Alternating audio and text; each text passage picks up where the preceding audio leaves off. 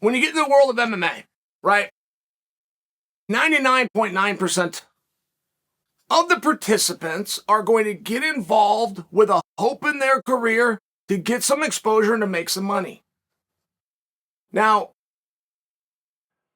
a larger part of them are going to come with a strategy of how to do it. And it's a rarity. There's not a huge amount, but there are some. And within that strategy, they're going to find a manager. Somebody that can speak up for them, somebody that's got some contacts. Somebody that can call some favors and understand the hierarchy, understand the politics side of it. Where do I need to go in the regional scene? What exposure do I need to get? Where are you going to get a manager? Going to get a trainer. And get somebody to show you the techniques. Somebody to show you the jab, how to dip outside. Maybe you come to the body. Maybe you learn how to tackle somebody. Get them down to the ground. Going to get you in shape so you can go out there and do it in condition. Right? You're going to have these little pieces together. But you're not going to sit down with a strategy of then how you're going to do it. You're going to learn how to punch. You're going to learn how to kick. But you're never going to come up with a strategy of how I'm going to do it. I'm going to get some exposure over here, which is going to lead me to here. As a matter of fact, not only do I think this over here is going to lead me to here, I'm going to call over here first, and I'm going to make a deal. If I do X over here, will you take me? Then you're going to hold them to that deal, and as soon as you get there, you're going to do it again.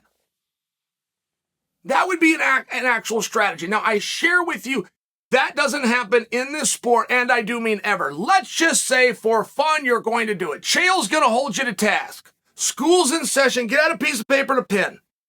Just like any other plan in your life, let's write this thing down. Let's schedule some of these events. Let's say somebody does it. Let's say they actually write it down. They actually write the damn thing down so they can keep track of it. They can start to make it real. Let's just say they held themselves to that standard. At no point will any of them, when they're going through their process of strategy, include taking a fight last minute on short notice. And there is nothing in this business, there is nothing in this sport, there is nothing that creates opportunity stronger than that. And you'll get a guy to come up with a pretty good plan. You get a guy that's going to go over to the Roseland and get some experience. You'll get that. You get a guy that found some contacts at a big show at the casino. Then you're going to find a guy that's smart and understands something with exposure. Do they have distribution? Are they digital? Are they on television? And even if you find those places, it's hard to get placements. But if you're looking in that direction, you're a step in front of everybody else. At no point will you see somebody that outlines what they're going to do to make it to the top, to put some money in the bank and to build some memories that they can be proud of, that includes on that list taking a fight on short notice. People have asked me for over 20 years, how do I get into the UFC? People will ask me, how do I get into Bellator? I will take the time to answer them. But there is not a competitive architecture in place. So while I can answer the question, while I can tell you, first thing you do, go get yourself some gloves. Truly, the first thing, go get the equipment needed. Get some headgear, get a mount. That's really is step number one. Step two, go join a gym. Step three, get some, I can go through it. I can start laying it out there. And I would be right to a degree. I would be right that the guys who have done that have done the steps that I said. However, I wouldn't be absolutely right in that if you do all of the steps I stated, you're in. It doesn't work that way. You want to ask me how to be Super Bowl champion? I can answer that question. I can back it up to your high school days and tell you got to go through college and understand what the NCAA clearinghouse is, understand the years that you have to eligibility, enter something called the draft, go make a team, make it to the playoffs, get in a game where you have more points than the other guy when time runs out, and then go do it again until you make it to the Super Bowl. Like, I could actually lay it out, but we don't have it in MMA. So when you want to ask me, or when somebody wants to know how do I get into the big show, it's very hard for me to explain to them, be ready at all times. It's very hard. It's a concept that misses people. And I'm on the other side where I can't understand how it misses people. And I don't know why I get that concept better than other people. I don't know.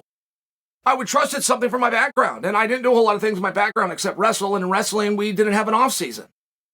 It's your collegiate season, then you went over to something called freestyle and Greco-Roman. It was all year.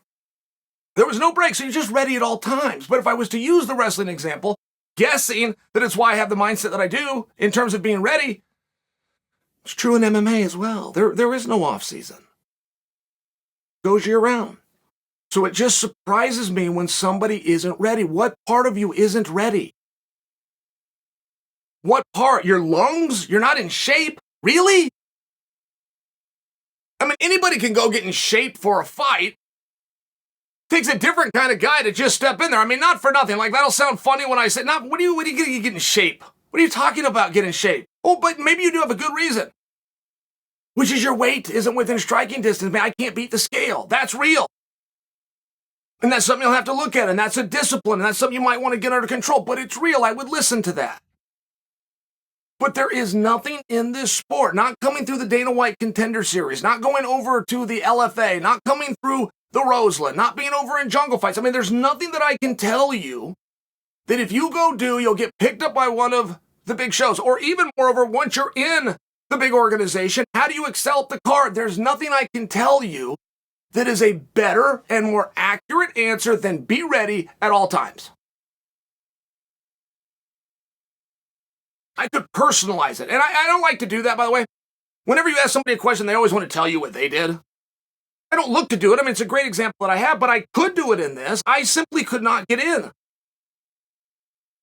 I had friends. My training partner was a heavyweight champion of the world. But I couldn't get in. I had the contacts and I had the relationships and I had I couldn't get in.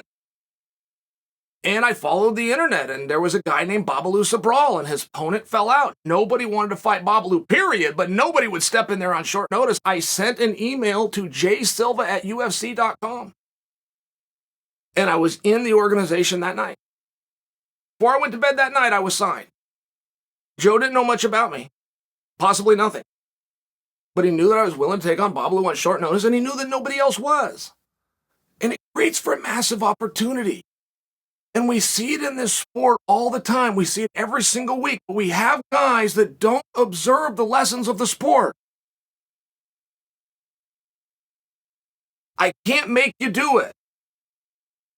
If I was a manager and I'm managing a guy, right, that's a tough business. Not a lot of thanks in it, and it's that rare time that you can even make a living at it. But if I was to do that, I would have a very clear understanding with my athlete. Very, very clear that you are ready at all times. And there is no body that changes that idea. Right? If I ask you, can you fight next Saturday, which means you weigh in next Friday, and you ask me against who, we have a problem. Can you do it or not? Not can you do it if you like the opponent, not if it's a favor, not if you prepare for it, not if this guy's a southpaw. I don't need to know that. Can you do it or not? Do you want to do it? Moreover, do you want to do it? Is this something you want to do? And then if you get to the absolute final step, it's not I have to do or I want to do, it's I get to do. And when you have somebody with that attitude, now you can go somewhere. But there's no plan. If you're coming out with a strategy, you're laying out bulletin points of what you're going to do. I'm going to box on this day, and I'm going to run on this day, and I'm going to grapple on this day. That's good stuff. I don't begrudge that. I'm going to eat this much, and I'm going to sleep this much. That's good stuff. I do not begrudge it. But if you do, if you're the one person out there that comes with this, they're actually going to write it down, and you leave out, I'm going to take fights on short notice. I'm prepared.